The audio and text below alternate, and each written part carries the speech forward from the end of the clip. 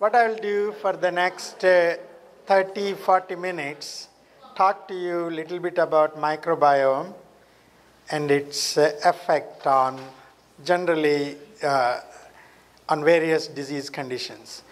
And then hold on to your questions. Then we will have probably 20 minutes or so we'll spend on talking together, discussing various questions.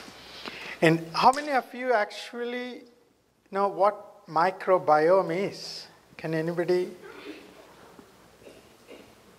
raise your hands? Okay. So essentially, a collective genome of microbial flora that we all harbor. So what is a microbial flora? Microbial flora consists of bacteria, virus, fungi, algae, and all other microorganisms. They all constitute what we call microbial flora. So in our body, we have a lot of bacteria, and bacteria everywhere. So just to give tiny bit of example, so you have bacteria on the skin, you have bacteria in the gut, you have pretty much everywhere you see bacteria, and each of them are unique and different. So let's say a general question for you. As I mentioned, microbial flora consists of bacteria, viruses, fungi, and algae. Which of these do you think is the most abundant organism that is there on our bodies? Can anybody? Bacteria? Huh? Staphyabacteria. Anybody else? No? Algae. I'll just throw out a guess. Algae, okay. Here is the surprise. So 68% what we harbor, 10% bacteria roughly, is viruses. Viruses are very sneaky. They enter inside the cell. They actually many times integrate into our genome. Viruses.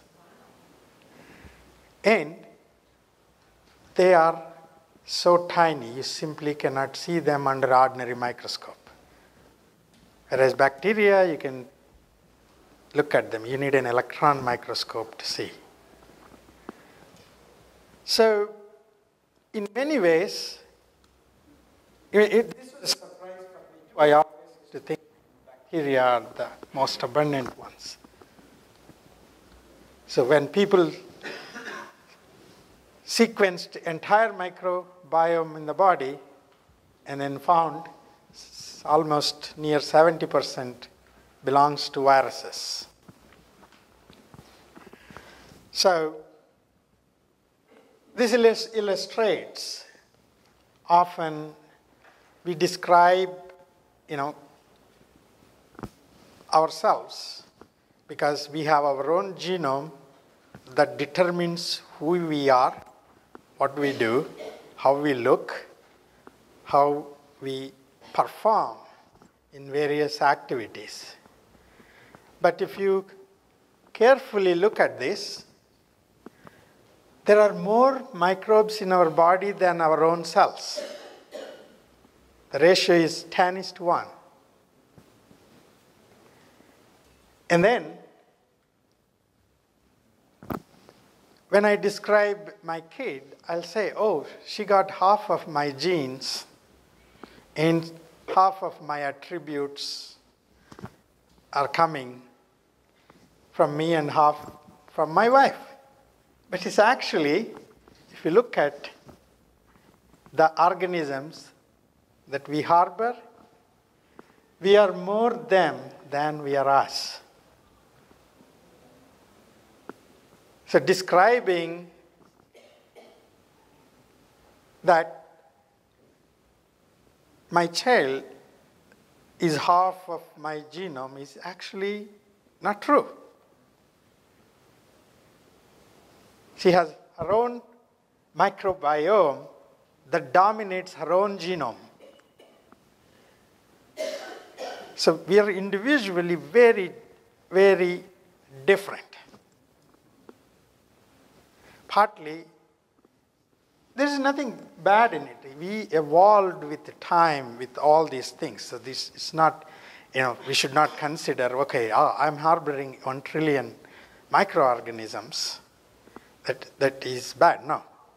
Microorganisms are good. So people wanted to know what type of microorganisms are there in various parts of our body. So the National Institutes of Health actually conducted a study, and they picked up various areas in our body. So some areas you have oily skin, some areas you have moist, other dry areas. And then they sequenced all the bacteria, all the viruses, all the fungi, and everything.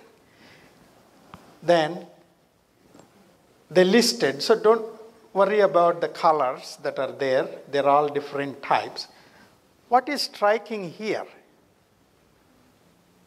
Striking is none of these pie charts are identical within the same individual. The type of bacteria in your feet on this side is different than on the other side.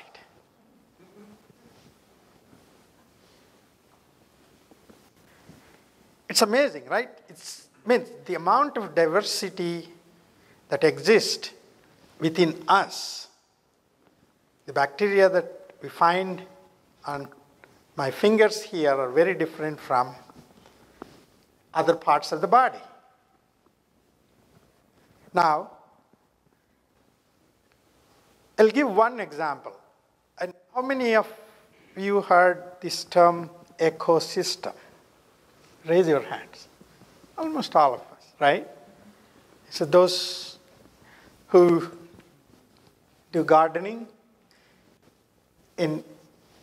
this describes reasonably well things that live inside the water, outside the water, at the edge of the water, on the rocks, in the trees. They're all different. So, human body is actually exactly the same way. What is inside in the gut is very different. And I will show you even within the gut, they are very different. That means enormous amount of diversity in terms of what we carry on day-to-day basis.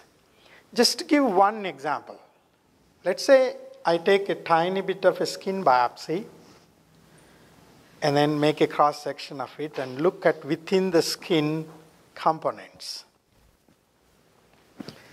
So as you can see here, the top layer of the skin, then you can see the hair follicle. What it describes, the type of bacteria here are different from the top. This is all in a tiny piece, because the red ones are not here. Red ones are on there. So this creates an additional complexity that microorganisms are pretty much all pervasive in our body. That means our immune system is all the time keeping them under check so that they don't do anything wrong. So how many of you think bacteria are bad? Raise your hands. Bacteria are bad. Are all the bacteria bad? No. Last word you say. Huh? Bad. Oh, sorry. My accent. So that's wonderful. I think majority of the bacteria that we carry, they're good. There are very few that are bad. That is the reason I think we evolved. And how many of you think there is a purpose for them to be there in the body? Very good. So what do you think are some of the purposes?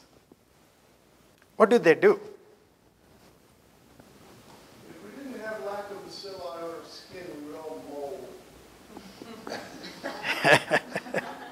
Creates acidity on our skin. So, They fight foreign bodies. very good. Anything else? Clean us up. Clean us up. Okay. Bad bacteria. Any other things? Huh? Help digest food. Very good. Any other things? Excellent. So now, see, that's what is listed in the next slide, and now I don't have to go through it.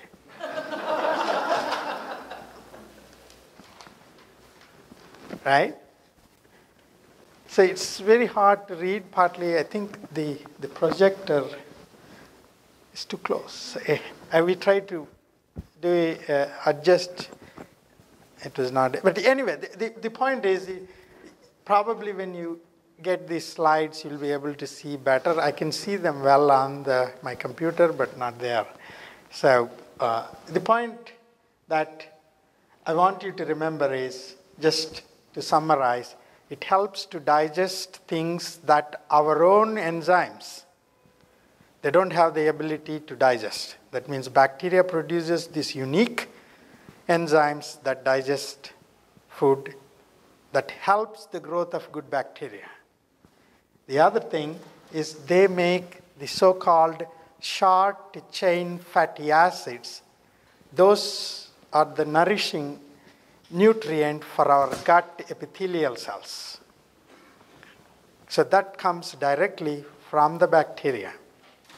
And as somebody said, they make vitamins that are naturally not there. And also, they help to keep the immune system and defensins by releasing under control. So they have multiple, all these things that you need to remember here on this slide is they do quite a lot of good things. So can anybody explain the difference between prebiotic and probiotic to me? What is a prebiotic? Go ahead, please. The bacteria eat. Very good. And what is a probiotic? The bacteria. Excellent. See, you simplified all these four. That's excellent. What bacteria eats is prebiotic, what bacteria is probiotic. Right? So I wanted to explain these two terms because those are very, very important in terms of their effect on the microflora and the consequences of changing the microflora and the disease manifestations. So I'll go back to a little bit of history in terms of the gut. How many of you actually believe all diseases begin in the gut? Raise your hands. On certain days. See, this guy, the father of Western medicine, in 416 BC, said those words. Long, long back. Right? And we hold 100 trillion microorganisms in the gut. Not on the skin, just in the gut. They dominate our cells. They are more in terms of the genome, more in terms of the cells. So that simply tells it's important that we should start learning more about them. So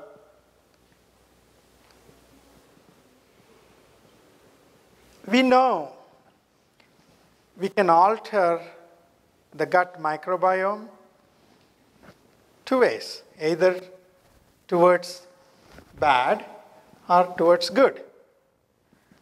So you can alter by eating, for example, you all know these days probiotics, yogurt, there are different types of things, and also by taking dietary fibers. Those are the ones, they're kind of a prebiotic, they alter the microbiome. As a consequence, what happens? You get more short-chain fatty acids that nourish the intestinal epithelial cells, reduce inflammation, and also protect overall, enhance the metabolism. So all these green things. On the other hand, if you eat excess meat, that is excess protein consumption, if you take excess sugar, especially fructose, if you take saturated fatty acids, and nowadays people take a lot of proton pump inhibitors, and we all at one time or the other took antibiotics. All of those, they alter the levels of short-chain fatty acids. They actually help to facilitate the release of the so-called lipopolysaccharide. That is this, LPS. That is the cell wall of a gram-negative bacteria. For example, E. coli, which you all heard, is a gram-negative bacteria. This LPS release is extremely potent. That's the one that causes fever when you get bacterial infections. You can actually take cell wall LPS and inject into mice, and within a couple of minutes they start developing fever. So you know that's the cause. When that gets leaked into the gut, then you have a systemic inflammation all over the body. And then you develop insulin resistance. So those are, if you just alter the top portion, see what happens for all the activities in the gut. It gets completely changed. So another question. So we know now we have 100 trillion things sitting in this intestinal tract. How many of you think the bacteria that are sitting here are same as in the other place? They're different, right? And how many of you think the number of bacteria here are different from the other place, or they are same? Different. So I'll show you, it's really striking. So the type of bacteria that live in the stomach, there are not many, 10 to the power of 2, whereas in the distal ileum, you have millions. In the stomach, because of the acid, that many things, they don't grow. But people realized, in fact, entire Western medicine was based on the concept that bacteria cannot survive in the gut, in the stomach because of the acid. Therefore, peptic ulcers are due to the disturbances in the acid. That was how a lot of drugs were developed to treat peptic ulcers. Two Australians, they suspected this particular bacteria called Helicobacter pylori is the reason for peptic ulcers. And then they wanted to demonstrate that is the reason. Can anybody guess what they did? They took the bacteria and then they developed peptic ulcer. That changed the entire way you treat peptic ulcers today. Now we know there are certain bacteria such as Helicobacter pylori actually stays in a place where not many bacteria can grow. And that's the one that causes peptic ulcers. And these two people got the Nobel Prize for eating bacteria and getting peptic ulcers. Helicobacter pylori, the last but one. See that Helicobacter pylori? Yeah. So that's the cause of peptic ulcers. Now, instead of treating with antacids, you treat with an antibiotic. So the point that I'm making is that we are learning a lot about the nature of bacteria that exist in different parts. As you can see, every place has a different bacteria in different numbers and doing a completely different function. So, how many diseases do you think are associated with this gut bacteria?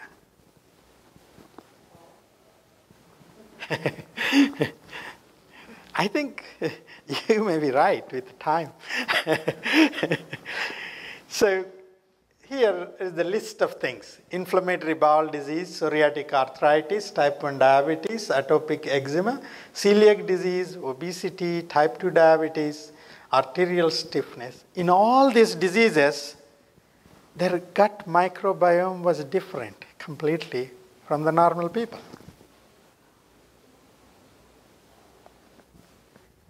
So how do you prove? Because a lot of things are different between people and people who have certain condition, right? So somebody took mice and then they put them in this what we call notobiotic conditions, completely germ-free, sterile, and isolated microbiome bacteria from the poop of individuals who are obese, injected back into mice, and those mice became obese. Then you know there is a cause-effect relationship between the bacteria that are in obese people, right? So now we know that's how most of the experiments are, because it's very hard to do these experiments in human. If somebody comes and tells me, hey, I inject something, I'll say no.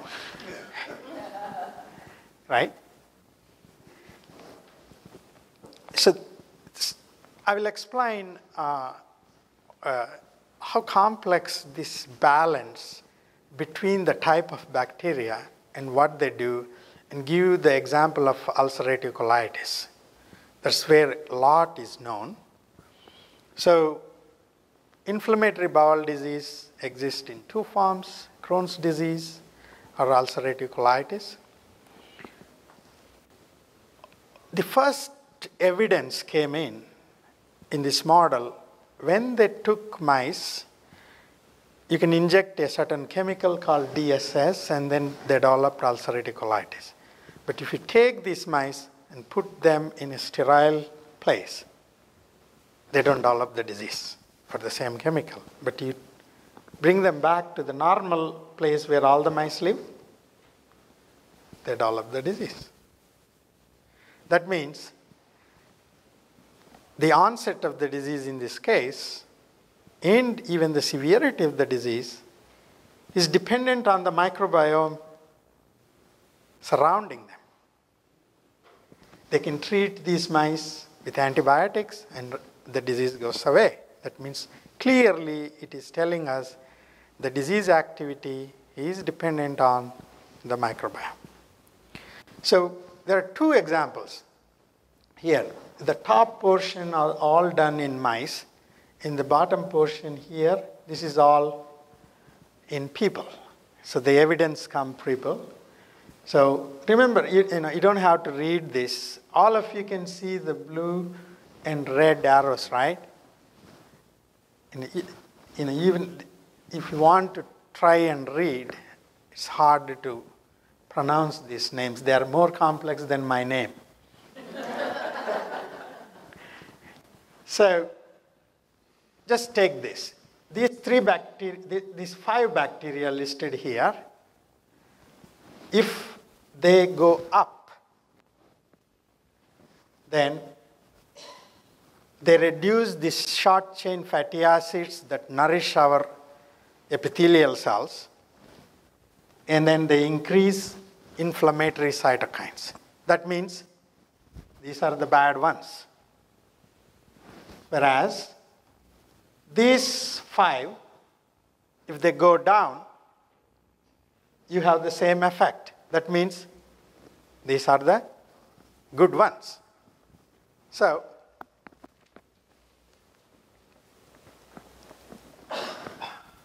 if you have more of this, you have more inflammation in the gut. If you have less of this, you have more disease and more inflammation. But what about this? If we have, you can see the balance here. But if for some reason, if you establish in your gut this list of these bacteria, then you have a perpetual IBD. That means the disease is propagating in the presence of these bacteria. So what this tells is you can alter these, and then you can affect the outcome of the disease. You can reduce, you can increase. So that is a very good sign. We didn't know all these things 10 years back. Today's technology is so advanced, we were able to actually catalog every single thing in every single place and tell this is good, this is bad. This is good because it does this. In this case, this is good because they're supposed to increase these short chain fatty acids. In the absence, they go down, everything else goes up.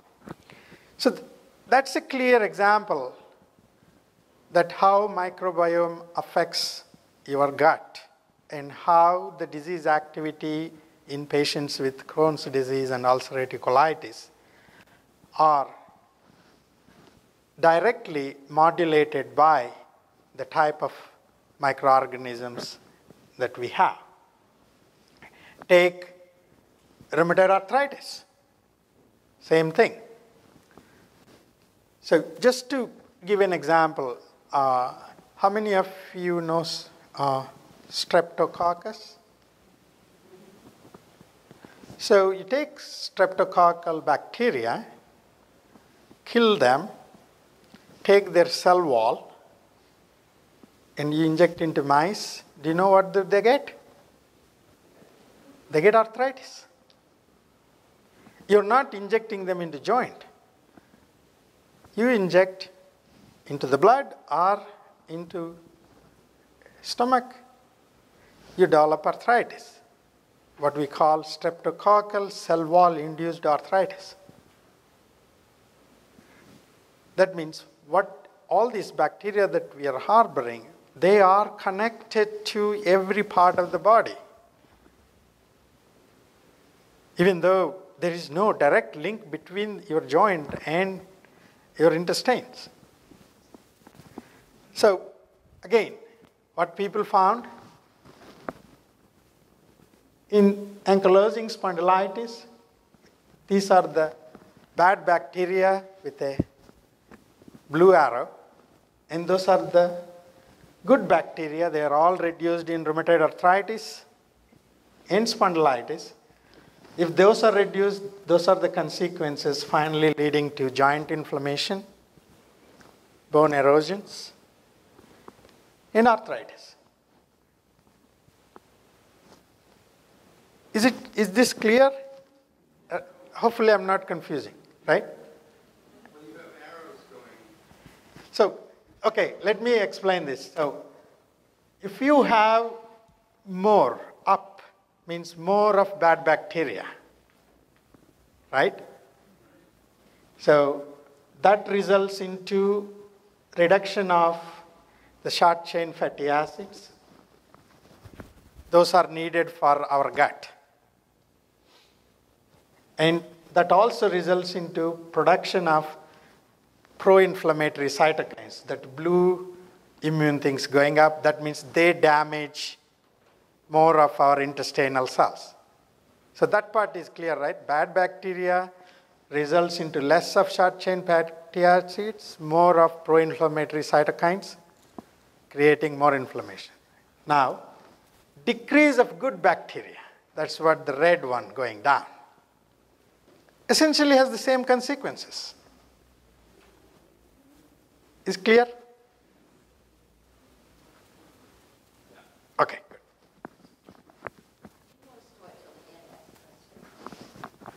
Yeah, maybe at the end would be good.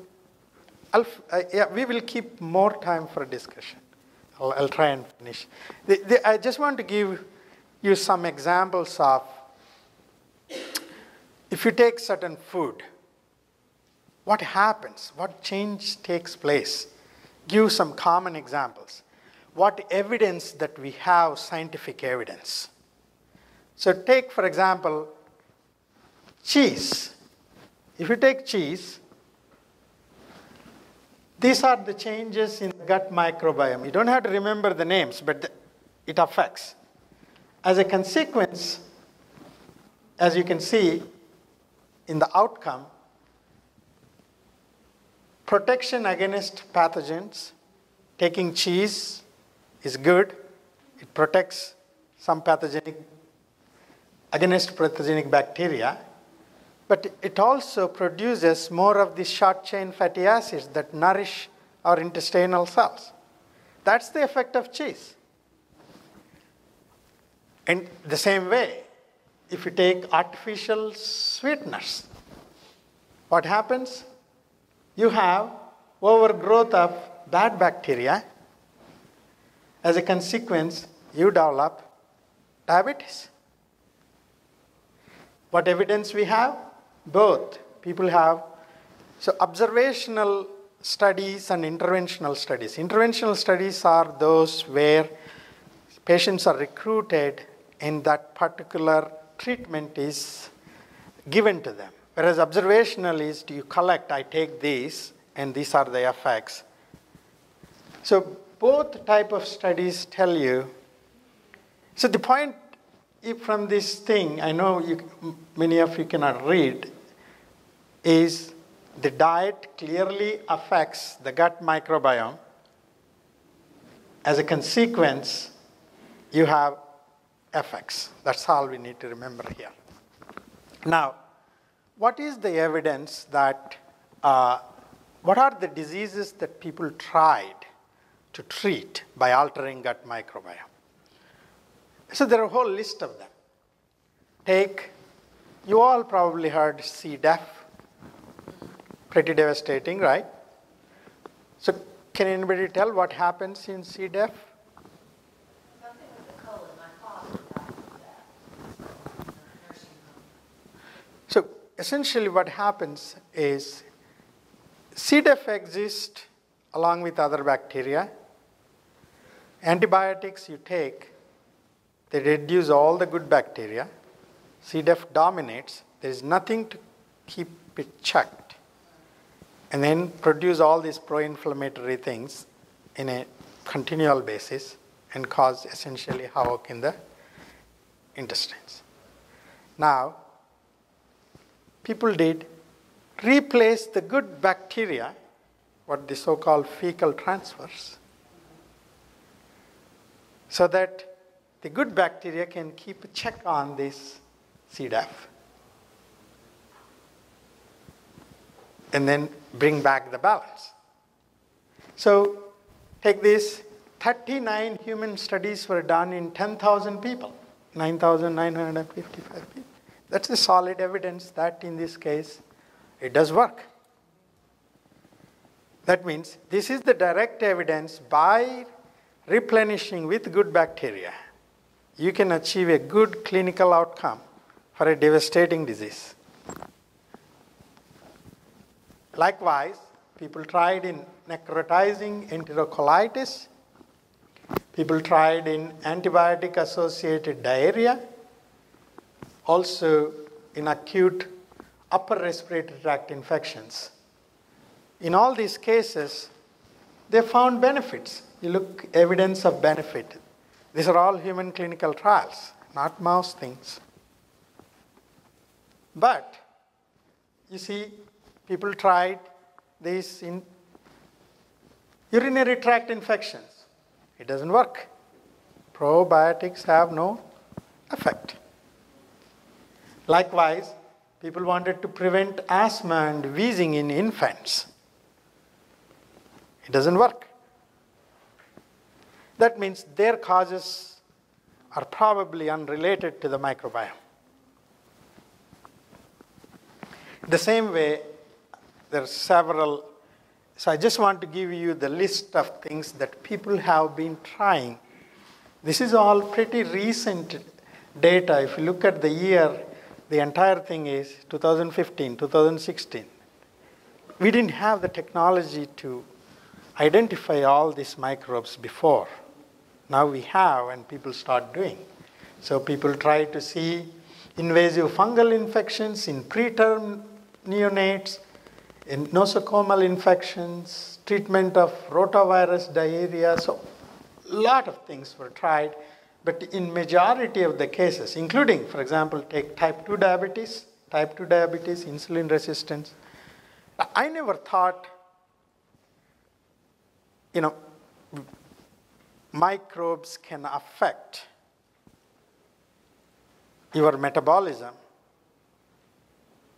But if you have 100 trillion of them, they probably affect almost everything, not only the metabolism. The same again.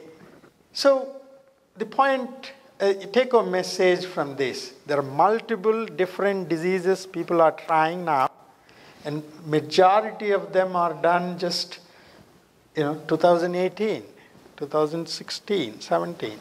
They're mostly recent studies. So we are now at an explosive phase of literature.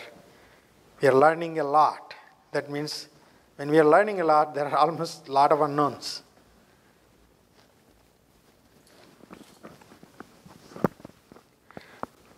So, you mentioned that using fecal transmit helps C. diff.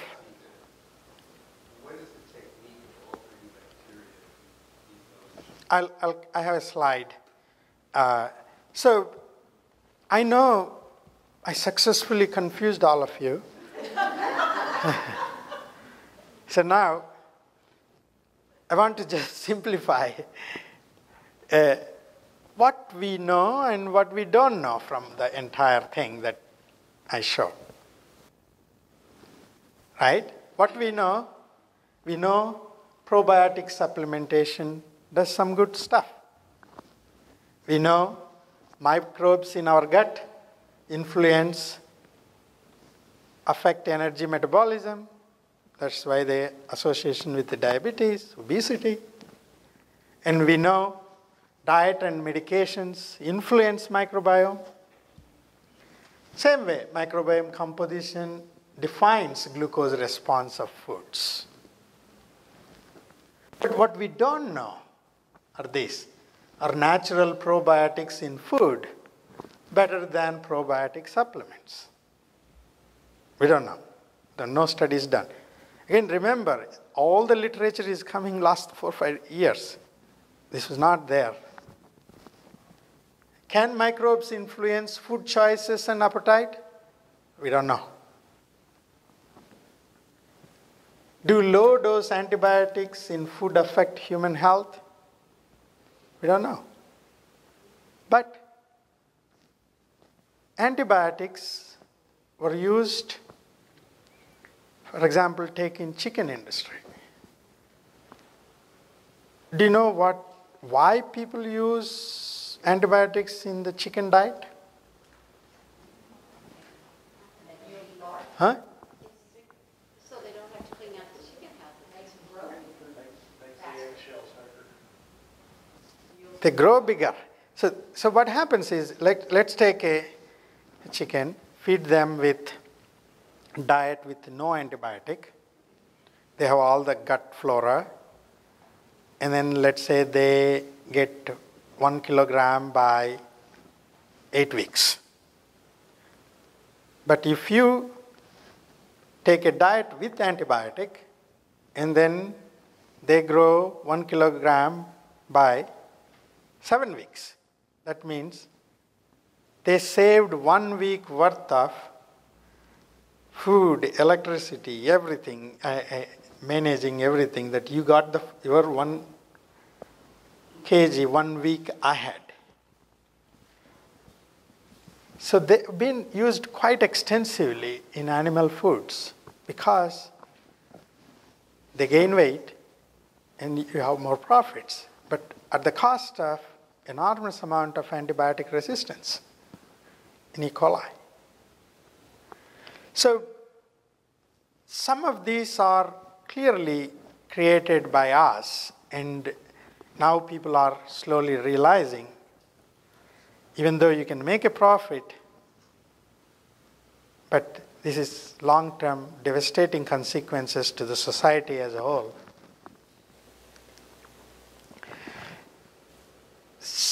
Going back to the interventions, here is the cartoon. Just wanted to mention how people do it. So you can change the diet, but it is a very slow process. Now, you can actually directly cannulate the bacteria into an area of intestine and change the composition in that place. That is called indirect modulation, whereas you have something called as accession. So people can directly go into different areas of the gut. So this is done in many places because now we know what needs to be there in that place in the gut, and we can replace with the right thing so that you can correct the balance. But these are all, these are what I call kind of a blunt instruments. Now we are going to go back, say, me and my kid. If you take the microbiome, she's very different from me. The change, even though we have same genetics, we're eating in the same home, same food, but the colony is different. That means we cannot use these blunt instruments. You can now today, because of the ability to take sequence, to know specifically what is there in my gut and what is there in my child's gut, you can actually tailor what we call personalized treatments. So we are reaching there. But again, remember, this is all exploding in the last few years. So we are in a completely different. That means there is a lot of business opportunities for a lot of companies. Here are the companies that just showed up doing all the human trials with their favorite poop. Yeah, that's what it is. You derive the good bacteria. That's what fecal transplant is, right? Or you take short-chain fatty acids. Different company has their own rationale, what they want to do and why they want to do. So last slide, and then I'll take questions. And here is the last slide. I'm not going to talk about this. And then we'll talk. Okay, go ahead. On your last slide, are those companies, so they're studying poop. Are they? No, not all of them studying poop, but some of them studying bacteria, some of them studying prebiotics, some of them, yeah. Is there end goal to develop Yes. specific probiotics? Yes. To give to people? Yes. Yes, that is the goal. So that means when you do human clinical trial, then you are providing an evidence and you apply to FDA's approval as a drug. The stuff that we buy in groceries store, we don't know. There is no quality control as such. They can list anything. And So like the probiotics, say I buy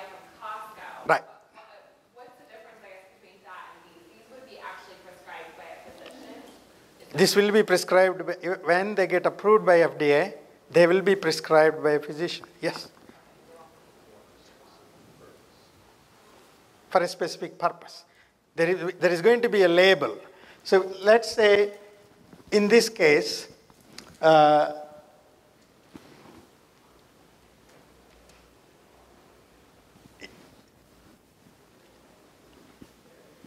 whatever condition they are studying here, for example, say take that microbiota restoration therapy for recurring CDI. So FDA only approves that only for that condition. Okay, that makes sense. You mentioned that protein is disadvantageous for gut bacteria. So there's, I don't think that that is what I meant, I think, because we evolved eating protein during entire our, it is the excess amount of protein. Continue with my question. I think it's accepted that as we get older, we need more protein. So the question I have is there a difference between animal protein and vegetable protein? I think there is clear difference between animal protein and vegetable protein. And I think animal proteins are far more complex to digest. Animal proteins need in more of this enzymes and other things as opposed to from plant sources. Yet the most recent diet fads, if you will, for diabetes suggest replacing or restricting the amount of carbohydrates you eat and essentially live on proteins. Yet it's essentially live on proteins. Oh, live on. Yeah. A lot of the time what happens is most of these studies are very observational, so there is a correlation. It's very hard to cause and effect relationships. That's why, because when I just want to go back and show you, when you looked at this, see, most of these studies, you say yes, yes, yes, that means they worked, right? There are very few, here. There are 2 studies that didn't work. Can anybody guess why there are so many yes and there are very few no's? Because they want to keep track of the yeses and go to the next step of the phase. I was thinking. So it's very hard. So all these things are done by going over the published literature. It's very hard to publish negative data, and people don't publish. They don't show up. That means these statistics they don't pick. Because nobody has an interest on something that didn't work. And if I say, drinking 2 times tea cures whatever disease, suddenly a newspaper picks up, what, tea 2 times is good. And positive effects gets published. That creates a problem in terms of there are lots of negative studies unpublished. The journals don't have an interest to publish negative data. That's one of the reasons. I had a person in graduate school who always said, we should always consult the journal of negative results to find out what's really true. And that's what you said. Exactly. Yeah, I have a question. Is any of this research specific right now to myositis? There is not a lot going on with respect to myositis so far. Because as I mentioned, again, this is just 3-4 years into. And my second question is, I'm interested in, how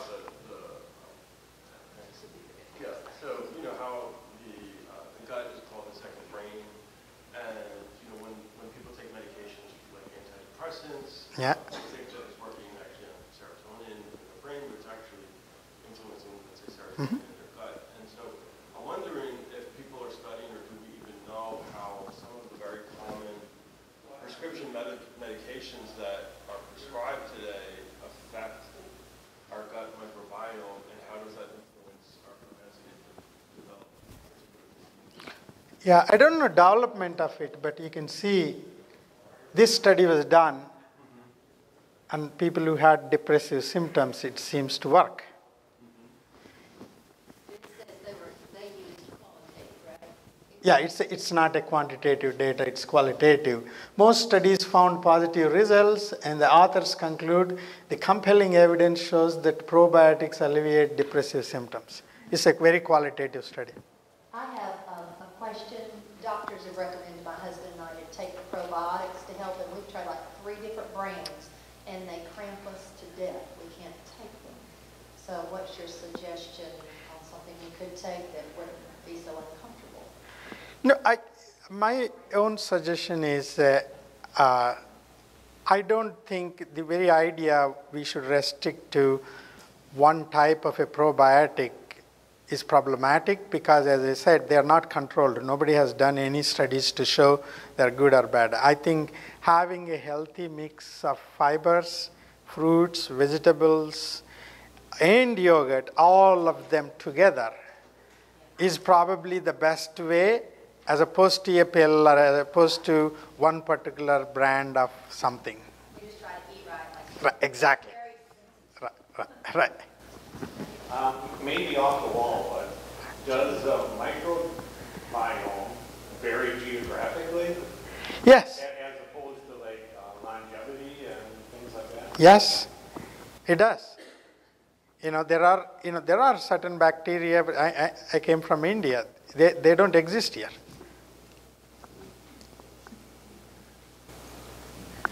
I don't remember the beginning of this report there, but do we know what kind of probiotics were used in those studies, and did different studies use different probiotics? Correct. Yes. So each of the, again, because there is no approved source, everybody goes and they do analyze. Obviously what they now is, say I want to test X probiotic, I take and then I sequence everything, I catalog my own, and then study the effect of it as opposed to going after the label and saying that I treated with them. So in a way, I think we have to do our own study first before starting this. But if you had read each of these studies, would they tell you which probiotics were administered? They tell you the brand. Oh, they would just use one of the store brands. Right. Okay. Yeah. Talking about the mice and the strep and arthritis, is there any idea about whether it's related in humans? Yes. So we know Would that strep be the same strep that causes strep throat? it's the same strep, but it is not the strep that actually known to cause, in human, we know there is a gram-negative bacteria called Klebsiella. So that bacteria is known to cause arthritis in human. That's very well known because the way the story is actually a small portion of the bacteria, the amino acids resemble human protein. So the immune system that tried to attack the bacteria now recognizes this as bacteria and keep on. So that happens in Lyme arthritis too. So Borrelia, the Lyme bacteria, has an outer surface protein, and we have an immunological molecule called LFA1. Both of them have resemblance. So when the Borrelia enters, immune system tries to eliminate and the bacteria goes away. But the immune system now targets your LFA thinking that it is bacteria and cause Lyme arthritis. So that is what we call molecular mimicry. The real stuff that induced immune response is gone. And now something that resembles the bacteria, it's a host protein and that gets damaged. Something like candidiasis and an overgrowth, and somehow they're traveling throughout the body. And you wind up having it not only in the vaginal section where there was an outcome that was discussed there, but you see that people have it on their tongue, on their skin, and they were saying that it's possibly that some of the rashes and the skin disorders are connected to severe overgrowth of candidiasis. Now, has anything like that has been looked at, and for the treatment of our skin rashes and DM? But no, yeah, so little was done in DM so far. Because as you saw, almost all the researchers, they're sitting there on the desk. That's it. That's the number who is focusing on myositis. That's so little. Whereas if you look at arthritis, lupus, Alzheimer's, that number will be in thousands. So that means that many people are looking at it, various aspects. Right now, this is such a tiny group of people studying, but that doesn't mean we won't be studying this with time. We'll go there, I think.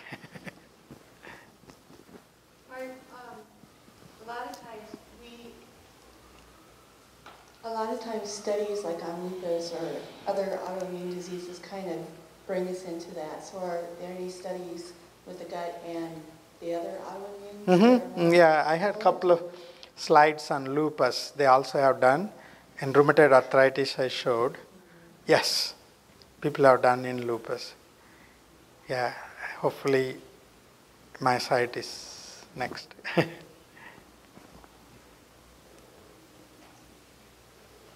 Any other questions?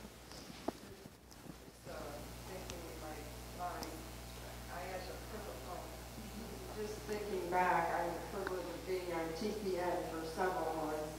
I was getting these foods through your veins, going to change all that. You don't eat through our gut, then we avoid all that, don't we? Yes.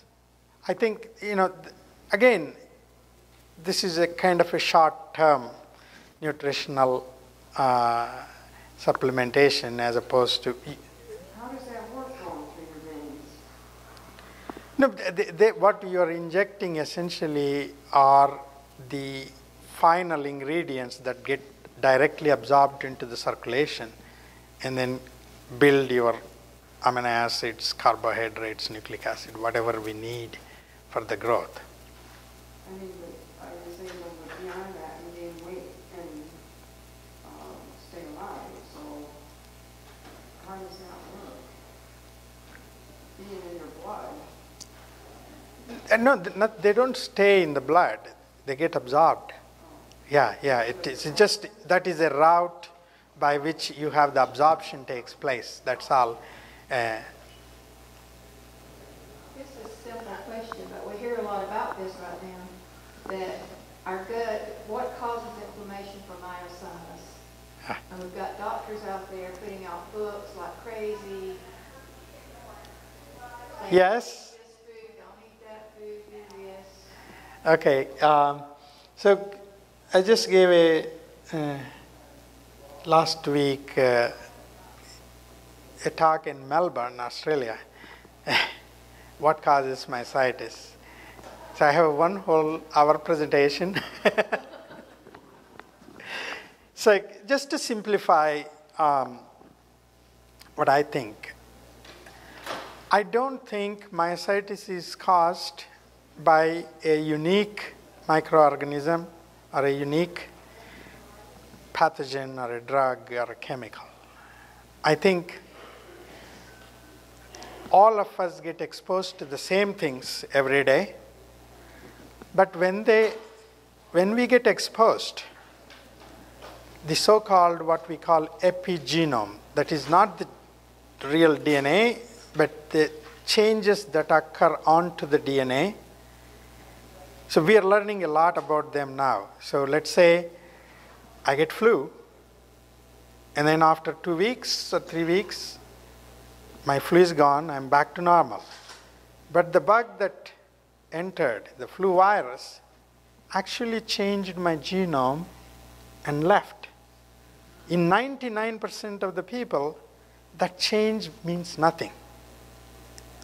In a small group of people, that change is enough to trigger the next consequences of. So what I showed, again funded by TMA's work, there is a mitochondrial protein called harakiri. I don't know how many of you know harakiri. Harakiri in Japanese means they pretty much take out their guts. And it's a disembowelment. It's a ritual thing. So when this protein gets expressed in our mitochondria, mitochondria provide energy, but mitochondria also provide something very interesting that we recently discovered. When we run, what happens, our muscle all the time breaks, reseals back, right? Well, we know how that it breaks because if you look at creatine kinase, it goes up even in normal people when they run, but in all of them. But what we found is this mitochondria go and seal the membrane of the muscle.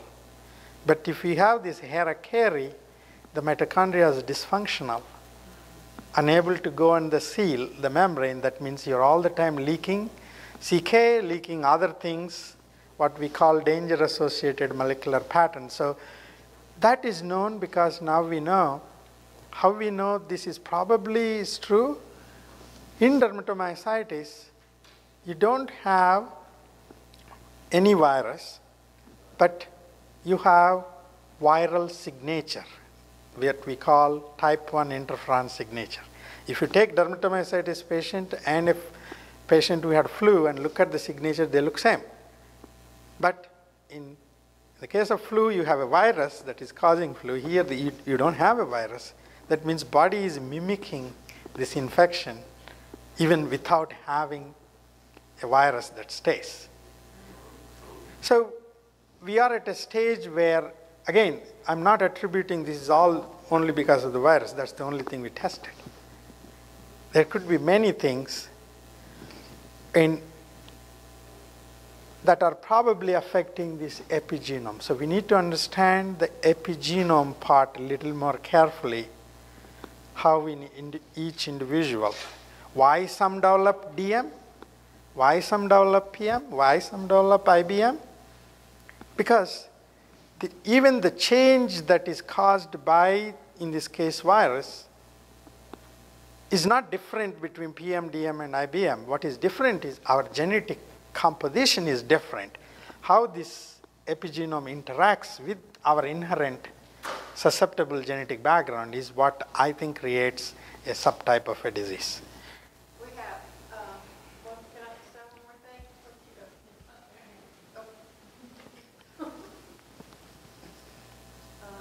In our family, we know something in our genes, some connection. My sister's have arthritis. My mother had, I think, DM, but it was so long ago nobody knew what it was. And then now I've got DM. So we know that somewhere in our susceptibility. Something's wrong with that right. connection. That is right. That it's very frequently seen. You don't find the same family having myositis, but having other autoimmune diseases is very common. You are right. That's what I call susceptible genetic background, essentially.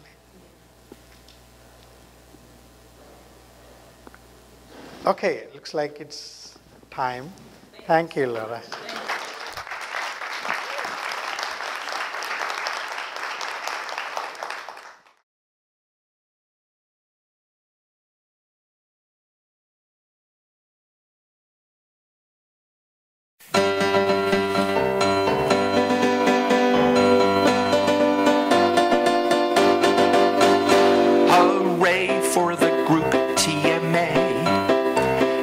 Myositis Association, helping patients become peers now for the past 25 years.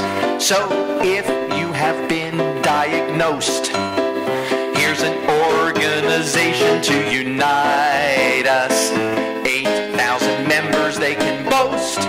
For that real strange word that no one's heard. It's myositis. There's an annual patient conference which is just second to none, where you'll learn a lot and network, and you'll also have some fun. And their website is updated with a lot of current news, with lots of info and resources and much more that you can use, like info TMA compiles and like lists of clinical trials and lists of research too. You can review because it's all there for you. So hooray for the group TMA. It's the Myositis Association, helping patients become peers now for the past 25 years. So if you have been diagnosed, here's an organization to unite us. A quarter century they can boast. They've been the group that's got the scoop on myositis.